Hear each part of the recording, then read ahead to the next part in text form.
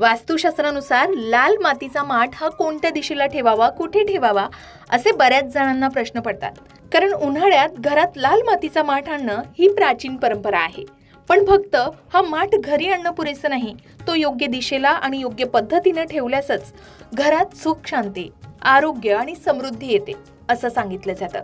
कारण चुकीच्या ठिकाणी कोणतीही वस्तू ठेवली तरी उलट नकारात्मक प्रभाव पाडू शकते. म्हणूनच आज आपण जाणून घेणार आहोत लाल माठाचे वास्तू महत्त्व, योग्य दिशा आणि ते कोणत्या दिशेला ठेवावे, या संबंधित कोणत्या चुका टाळाव्यात, त्याचे फायदे काय, उपाय काय आणि काही विशेष टिप्स सुद्धा या व्हिडिओच्या माध्यमातून आपण समजून घेऊया. हा संपूर्ण व्हिडिओ तुम्ही ऐका, ज्यामुळे तुम्ही तुमच्या घरात योग्य बदल करू शकाल. आता वास्तुशास्त्र हे पंचमहाभूतांचं आहे. जसं पृथ्वी, जल, अग्नी, वायू आणि आकाश यांचं संतुलन आपल्याला शिकवते. लाल मातीचा माठ हे पृथ्वी तत्व म्हणजे माती आणि जलतत्व म्हणजे पाणी यांचं सुंदर मिश्रण आहे. लाल रंग हा अग्नितत्वाशी संबंधित आहे. तो ऊर्जा, उत्साह आणि सकारात्मकता दर्शवतो. लाल माठ मातीपासून बनलेला असल्याने तो घरातील नकारात्मक ऊर्जा शोषून घेतो आणि शुद्ध पाणी देतो. प्राचीन काळी घरात मातीचे भांडे नेहमी भरलेले ठेवले जायचे. आजही वास्तुशास्त्र सांगतं की ज्या घरात मातीचा माठ नेहमी पाण्यानं भरलेला असतो त्या घरात देवी लक्ष्मीची कृपा कायम राहते. पैशाची कमतरता भासत नाही, मुलांचं आरोग्य चांगलं राहतं आणि घरात शांती टिकून राहते. एवढंच नाही तर प्रभावी मानला जाणारा हा लाल रंगाचा माठ सूर्य आणि अग्नीशी जोडला जातो, जो घरातील सकारात्मक कंपन वाढवतो. पण तो अजिबात रिकामा ठेवू नये, कारण रिकामा माठ वास्तुदोष निर्माण करतो आणि धन निघून जाण्यासारखी परिस्थिती निर्माण होते. मग वास्तुशास्त्रानुसार लाल माठ ठेवण्याची सर्वोत्तम दिशा कोणती? तर उत्तर ही दिशा लाल माठ ठेवण्यासाठी सर्वोत्तम दिशा मानली गेली. उत्तर ही कुबेर आणि जलदेवता वरुण यांची दिशा मानली जाते. या दिशेला लाल माठ ठेवल्याने घरात धनप्रवाह वाढतो, आर्थिक स्थिरता येते आणि सुख समृद्धी येते असं सांगितलं जातं. देवता उत्तरेकडे राहतात असेही मानलं जातं, म्हणून उत्तर दिशा ही खूप शुभ मानली जाते. आता दुसरी उत्तम जागा म्हणजे घराचा ईशान्य कोपरा. हो, ही दिशा पाणी तत्वाशी संबंधित आहे. ईशान्येत माठ ठेवल्याने घरातील नकारात्मक ऊर्जा कमी होते, मानसिक शांती मिळते, मुलाचा अभ्यास आणि आरोग्य सुधारतं, रात्री चांगली झोप सुद्धा येते.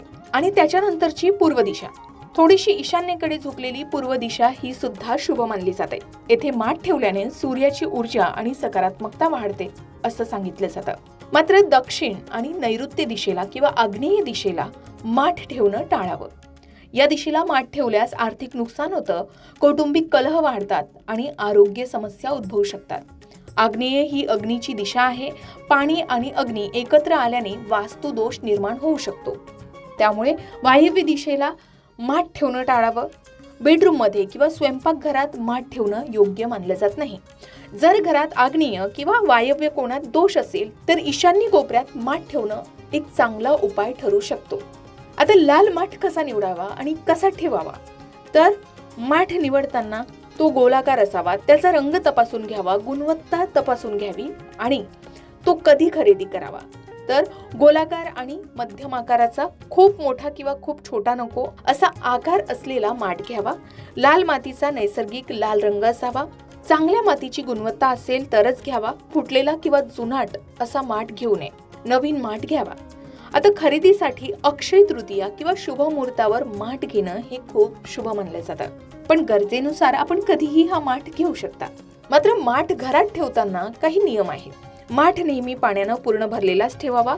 पाणी रोज बदलावं, संध्याकाळी किंवा सकाळी.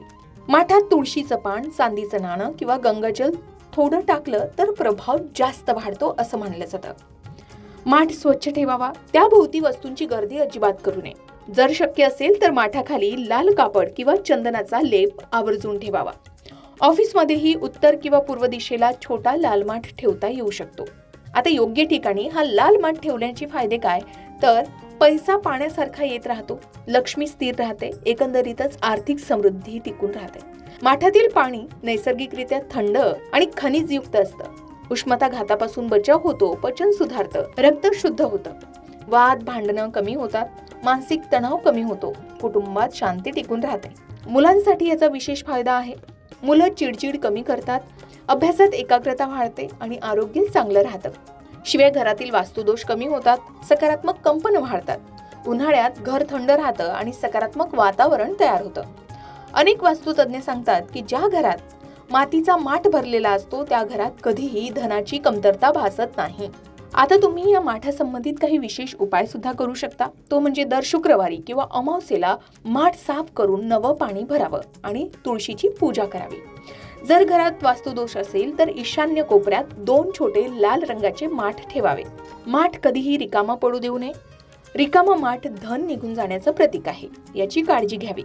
फुटलेला किंवा जुनाट माठ ताबडतोब बदलावा. स्वयंपाकघरात किंवा शौचालयाजवळ कधीही माठ ठेवू नका. जर तुम्हाला दिशा निश्चित करणं कठीण वाटत असेल तर कंपासचा वापर करा किंवा वास्तुतज्ञांचा सल्ला घ्या. तर आज आपण वास्तुशास्त्रानुसार लाल माठ ठेवण्याचे सखोल मार्गदर्शन केलेले आहे.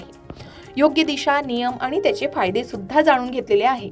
या छोट्या छोट्या बदलाने नक्कीच मोठा फरक पडू शकतो. मग तुमच्या घरात लाल माठ योग्य ठिकाणी ठेवून सुख, शांती आणि समृद्धी आणण्यास तुम्ही स्वतः मदत करू शकता. ही संपूर्ण माहिती तुम्हाला उपयुक्त ठरेल अशी खात्री आहे.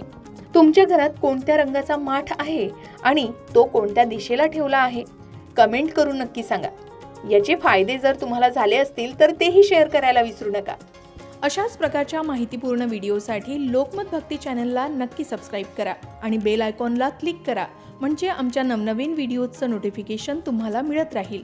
तसेच योग्य आध्यात्मिक मार्गदर्शनासाठी लोकमत भक्तीच्या फेसबुक पेज आणि इन्स्टा पेजला लाईक आणि फॉलो करायला विसरू नका.